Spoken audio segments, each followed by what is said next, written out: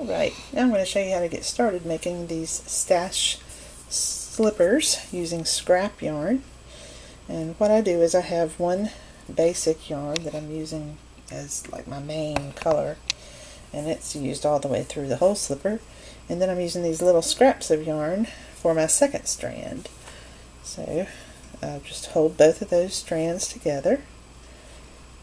Slide that over a little bit to help you see that I'm holding both strands at the same time. And I just hold them like I would use my yarn normally. I'm just holding both at the same time. So if you've never knit with two strands at the same time, this will help you learn how to do that. So it says use two strands of yarn together throughout. With two strands of your yarn together, cast on 2 stitches. So I'm going to cast on 2 stitches. So there's my first stitch. I just lay the yarn across because I like to do a long tail cast on. And there's my second stitch. So there we go. I've got 2 stitches. Now it says row 2, increase 1 stitch in the first stitch. And if you look up the abbreviations on the Bernat website, when you increase 1 stitch, you just knit front and back. So to knit front and back, you'll knit the first stitch like normal, but you don't take it off, and you turn and put your needle at the back, and you work in through the back of that stitch down through there, go through that way, wrap it the same way you normally do, and then you pull that through. And you'll probably find some other videos that'll show a knit front and back better than I just did, but that's the way you do your increase. And then you knit the last stitch. So now I have 3 stitches. Now I'm ready for row 3. And row 3 and 4 are just knit every stitch.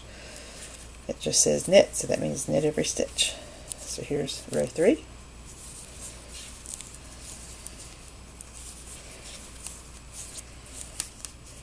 And here comes row 4.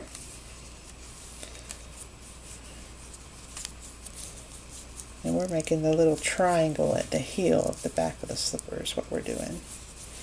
So that was row 4. I'm going to set that down and I'm going to show you what it is that we're making. We're making the back of the heel back here. See how it's a triangle?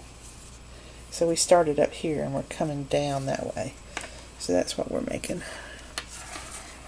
So now I'm ready for row 5. And row 5 says increase 1 stitch in the first stitch. Same way we did before, just do a knit front and back. Knit in the front,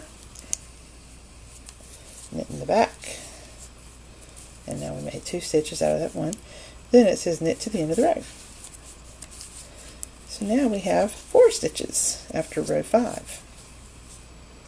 See that? 1, 2, 3, 4.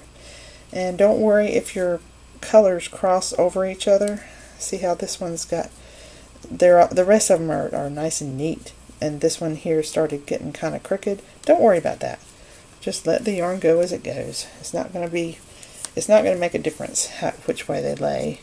Plus, as you turn each row, it's going to cause your yarn to kind of twist around each other anyway. So they're not going to stay on the same sides. Alright, so we finished row 5. Now we're ready to move on in the pattern, and it says repeat rows 3 through 5 4 times more.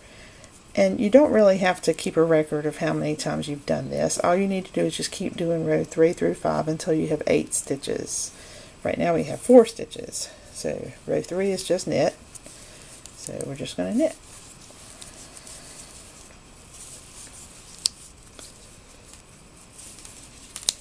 And row 4 is just knit.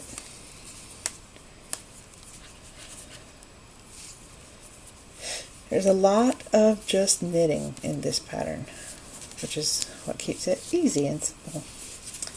We like easy and simple, especially during the holidays, and it's November right now when I'm recording this, so Christmas is coming up not too far from now, about a month away, and so these slippers are a fun little thing to be able to make for family. Okay, increase 1 stitch because I'm on row 5 again. There's my increase, and then I knit to the end of the row.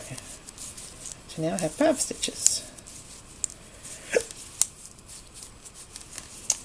I'm ready to do row 3 again.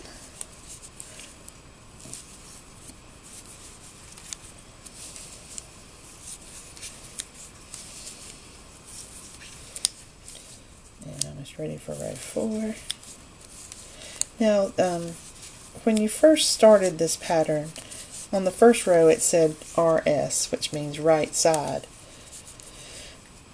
And then row 2 would have been the wrong side, and row 3 would have been the right side, and all that stuff. So you could have marked that if you wanted to, but it's really not necessary with this pattern. I have no idea if I just did 2 rows or not. Anyway, I'm just going to go ahead and do an increase. It might not be right, but I don't think that whoever wears a slipper is really going to mind if it's not perfect. If I miss it by 1 row, the world's not going to end. Okay, there's 6 stitches now, so I need to keep going.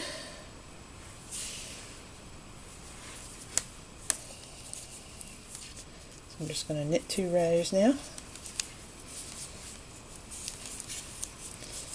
So this is row 3. Pardon me. I got my flu shot a couple days ago, and the doctor said I might have a little bit of flu symptoms from it, but I haven't really noticed any. But I do have a little bit of a cough, so maybe that's all I'll get from this shot this year. Row 4. I'm ready to do another increase. Now I'll have 7 stitches after I do this increase. So I do my knit front and back. Keep on going.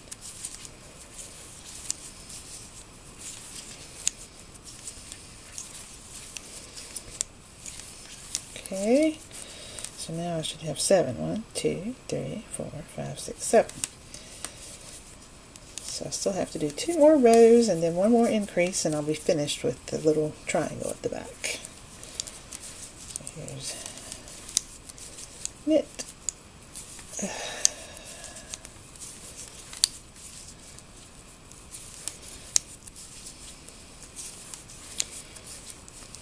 That's row 3. Takes longer to knit the rows now because they're longer.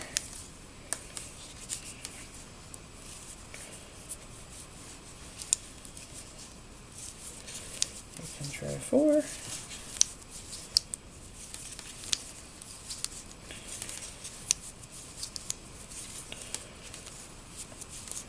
And now I'm ready for the last increase.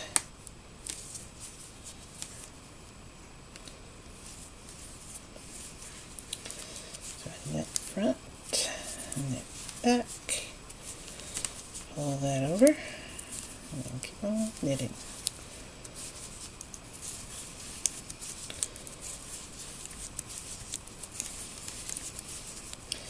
Now I will have 8 stitches. So let's double check that. 1, 2, 3, 4, 5, 6, 7, 8. Yay! So now I have finished the little triangle at the back of the slipper. And I'm ready to change colors now because I don't have enough of this beige yarn to do another row. So I can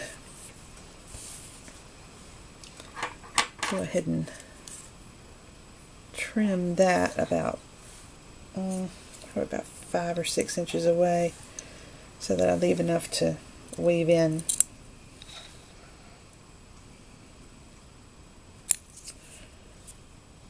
I'll set that little bit left over aside, and I'll see you in the next video when I tie on the new color.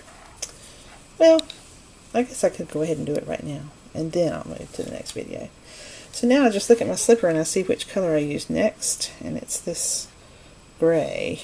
So now I'm going to tie on my new color. So let me go ahead and do that.